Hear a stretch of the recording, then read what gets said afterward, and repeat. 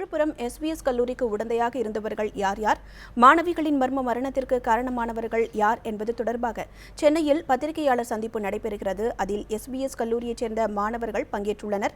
அதன் நேரலையை இப்போது பார்க்கலாம்.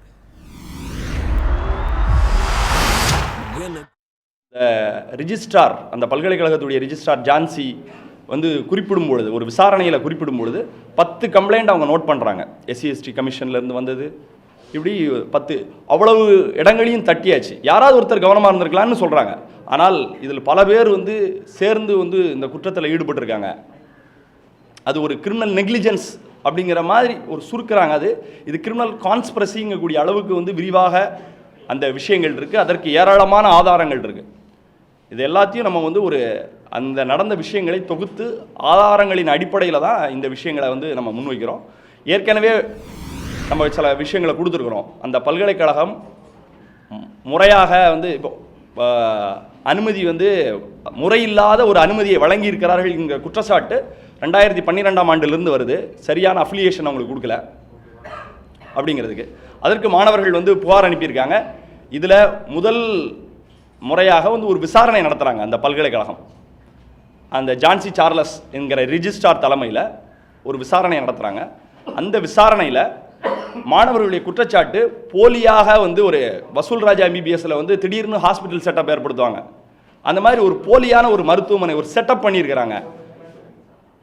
மாணவனையே மருத்துவராக நடிக்கிறாரு, மாணவனே பேஷண்டாக நடிக்கிறாரு, அவரே மாணவனாக நடிக்க வைக்கிறாங்க. அப்படிங்கிறதெல்லாம் சொல்லி அந்த விஷயங்களை ஒரு புகார் கொடுத்ததில் விசாரணை நடத்தும் பொழுது பல்கலைக்கழகம் அவங்களுடைய எல்லா குற்றச்சாட்டுகளையும் ஒரு வரியில் மறுக்கிறாங்க. என்ன சொல்லி மறுக்கிறாங்கன்னா, ஏற்கனவே நாங்கள் இன்ஸ்பெக்ஷன் பண்ணியிருக்கோம், கரெக்டாக இருக்குது. அந்த இன்ஸ்பெக்ஷனில் தான் பிரச்சனைன்னு சொல்லி குற்றச்சாட்டு.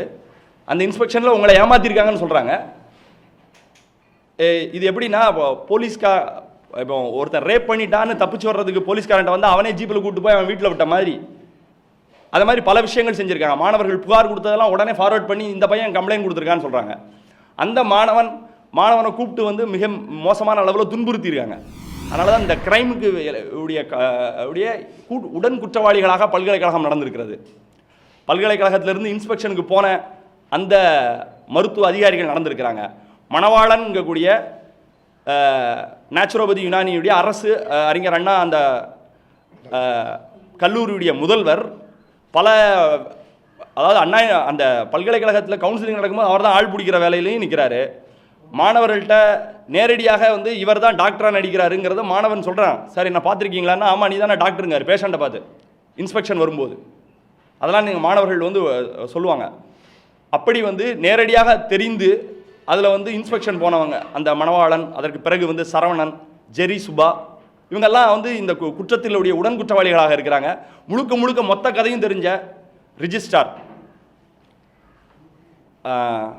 இவங்கெல்லாம் இந்த குற்றத்தில் ஈடுபட்டிருக்கிறாங்க. இதையெல்லாம் தாண்டி ஒரு பொதுநல வழக்கு தாக்கல் செய்யப்படுகிறது. அந்த பொதுநல வழக்கில் நாங்கள் முறையாக இன்ஸ்பெக்ஷன் செஞ்சு அந்த இன்ஸ்பெக்ஷன் அடிப்படையில் முறையாக அஃபிலியேஷன் கொடுத்துருக்கோம். அப்படி செய்யலைங்கிற குற்றச்சாட்டை வெஹிமென்ட்லி வி ஆர் அப்ஜெக்டிங் அப்படின்னு கவுண்டர் போட்டிருக்காங்க. அப்படி அதாவது கோர்ட்டுக்கு ஒரு போலியான ஒரு தோற்றத்தை முறையாக நாங்கள் செஞ்சுருக்கோங்கிற ஒரு தோற்றத்தை ஏற்படுத்தி அந்த மனுவை தள்ளுபடி செய்திருக்கிறாங்க. இது கோர்ட்டை மிஸ்லீட் பண்ணியிருக்காங்க, ஃபால்ஸ் அஃபிடவிட் ஃபைல் பண்ணியிருக்கிறாங்க. அப்படி பண்ணி அந்த வழக்கு அப்படி தள்ளுபடி ஆனதுனால மாணவர்கள் பல இடங்களில் முறையிடுகிறார்கள். பல இடங்களுடைய கவனக்குறைவாக அல்ல, பல இடங்களுடைய கான்ஸ்பிரசியால் பல்கலைக்கழகத்துடைய நேரடியான, ஏன்னா அங்கே எதுவுமே இல்லைங்கிறது பல ஆதாரங்கள் இருக்குது. இன்ஸ்பெக்ஷன் போனவங்க பிரின்ஸ்பாலுக்கு அவங்க ரெக்கார்டில் பிரின்ஸ்பாலுக்கு 6 வருஷம் எக்ஸ்பீரியன்ஸ்னு ரெக்கார்டில் இருக்குது. அவருடைய அப்பாயின்மெண்ட் ஆர்டருங்கிறது போன இடத்துல கேட்காம போயிட்டு கேட்குறாங்க. ஏன் இந்த கான்ஸ்பிரசி எப்படி இருக்குன்னு நான் சொல்கிறேன். போயிட்டு கேட்குறாங்க, உடனே பிரின்ஸ்பாலை மாற்றிட்டு வேறு பிரின்ஸ்பாலை போட்டு சர்டிஃபிகேட் அனுப்புகிறாங்க. பிரின்ஸ்பால் முதல்ல இருந்தவர் கலாநிதின்னு ஒருத்தர், அதுக்கு அடுத்து லெனின் ஜீவா. இந்த லெனின் ஜீவாங்கிறவங்கள யாருமே பார்த்தது கிடையாது. அப்போ போய் இன்ஸ்பெக்ஷன் பார்த்துட்டு சில பாயிண்ட்ஸை ரெக்டிஃபை பண்ணுறதுக்கு வச்சுட்டு அதை சொல்லி சரி பண்ணி அனுப்புகிறாங்க. இதுதான் கான்ஸ்பிரசி. அப்போ இதுக்கு எவ்வளோ வாங்கினாங்க? இதில் என்ன கான்ஸ்பிரசி நடந்துச்சு? கேத்தன் தேசாயுடைய பெட்டில் இருந்த மாதிரி எத்தனை மருத்துவர்களுடைய பெட்டுக்கு அடியில் பணம் இருக்குன்னு தெரியல. பல இடங்களில், அதாவது இங்கே ஒரு காவல்துறை அதிகாரியுடைய பையன் அங்கே படிக்கிறாரு. அவர் இங்கேருந்து ஃபோன் பண்ணி பேசும்பொழுது, பழனிங்கிற இன்ஸ்பெக்டரா மிக கேவலமான முறையில் திட்டுறாரு. இன்னொரு மாணவன் ஐயப்பன் நினைக்கிறேன், ஐயப்பன் என்ன இது பண்ணுறாருன்னா ஃபீஸ் வந்து பண்ண ரிசிப்ட் வாங்குறாரு. ரிசிப்ட் வாங்கி லோன் பேங்க்கில் லோன் வாங்குறதுக்காக பண்ணுறாரு.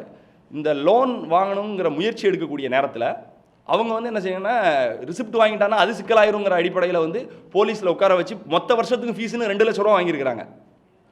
அப்போது இதை மாதிரி கலெக்டர்கிட்ட போய் அவங்க வந்து பூச்சிக்கொல்லி மருந்து குடிச்சு இந்த மாதிரி இருந்து கலெக்டரை போய் பார்க்கும்போது என்ன டிவி சீரியல் பார்த்து நடிக்கிறீங்களான்னு கேட்குறாங்க.